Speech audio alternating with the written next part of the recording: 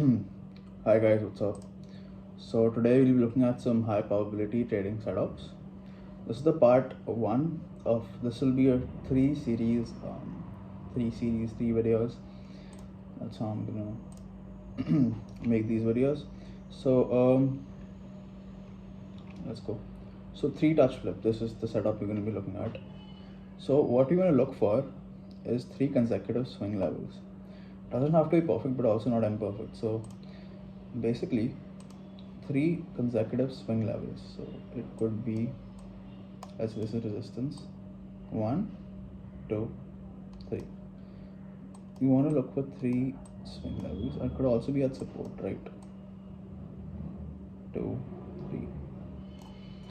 Each of these swing levels, highs or lows, should have created significant reaction. So what I mean by significant reaction is this. All these highs should have created a significant reaction both ways. That's what I want to see, like a significant reaction. What we don't want to see is this. No, that's not what we want to see. We want to see this or this. Of course, it's not going to be picture perfect, but yeah. After identifying this level, we want to look for space between breaking down, and retesting the level. So we need space. So what I'll be looking for is, hold on. So what I'll be looking for is this is resistance, right? So 1, 2, 3. Then what I want to see is a breakout, retest of this level, and above it goes. That's what the setup is basically. So this space that I'm talking about is here.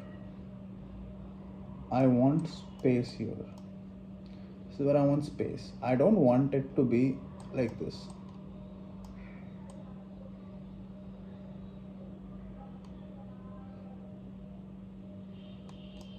Like I want there to be a decent amount of space, right?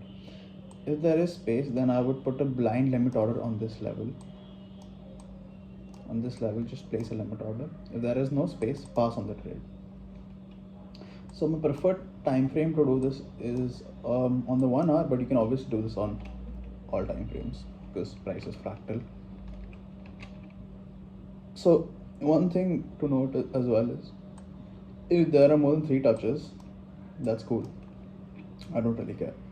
So 1 touch, 2 touch, 3 touch, we flip this. There's a decent amount of space here, not a lot, but a decent amount, right?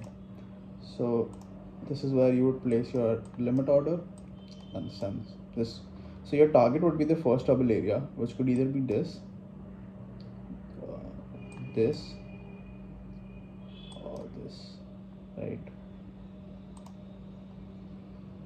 This is the first setup. So you ideally want some space to be here. You don't want it to do this, right? You don't want it to do that, right? So moving on. So let's look at another example.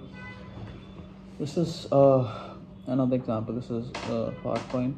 So here you can see that 1 touch, 2 touch, 3 touch. As soon as this flips, we break out, and you must be thinking, oh shit, I missed it. It never really retested this level. It went above from here, right? That's what you must be thinking. Oh, I missed it. But what price does is price comes back to the same level, retests it, and actually goes higher. Imagine that, right? You want to look for setups like these. Now you could count this as a 4 touch. I mean, it's not that far away, right? So that's what I mean by saying that it does not have to be perfect. Also, one more important thing is, I know you can't see it on this slide, but price generally, so let's call this 1, 2, 3, 4. Generally price comes down to the last resistance before it broke out. So the last resistance before it broke out here was this. price generally comes back to this area and then goes up. If it was a 3-touch level, it would come here. If it was a 2-touch level, I mean, you would want to look for more confluences, but today we're discussing 3-touch levels only. So if it was a 3 or more touch level, then you want to look for what is the last resistance pre-breakout or pre-breakdown, and that's one of the levels you want to look for price to come. So price came here, then it went up. So the most recent resistance before breaking out, or most recent support before breaking down, is where price generally tends to move, right? The next example I have is of Bitcoin. So here also you can see 1, 2, 3. I would count this. I'll just ignore this level for now. Yeah, you can just ignore this. It does not really matter.